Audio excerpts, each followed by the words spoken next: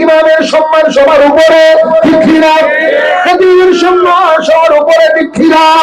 একজন মুয়াজ্জিন আপনারা তো চাকর মনে করেন, আপনারা চাকর মনে করেন, শ্রমিক মনে করেন, আপনার ঘরের দারোয়ান মনে করেন। নাউজুবিল্লাহ।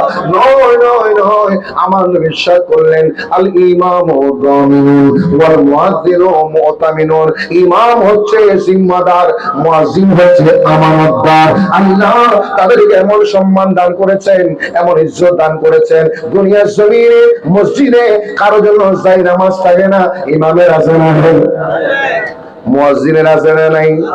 মন্ত্রী এসছে, এমপি এসছে, DC, SP, SP, police commissioner এসছে, মুয়াজ্জিনের বৈঠকে ওনার আসনে বসতে পারবে না। কথা বলেন না পারবে? পারবে। আল্লাহর ঘরে, পৃথিবীর শ্রেষ্ঠ ঘরে শ্রেষ্ঠ মানুষের সম্মান দান করেছেন কে? আল্লাহ।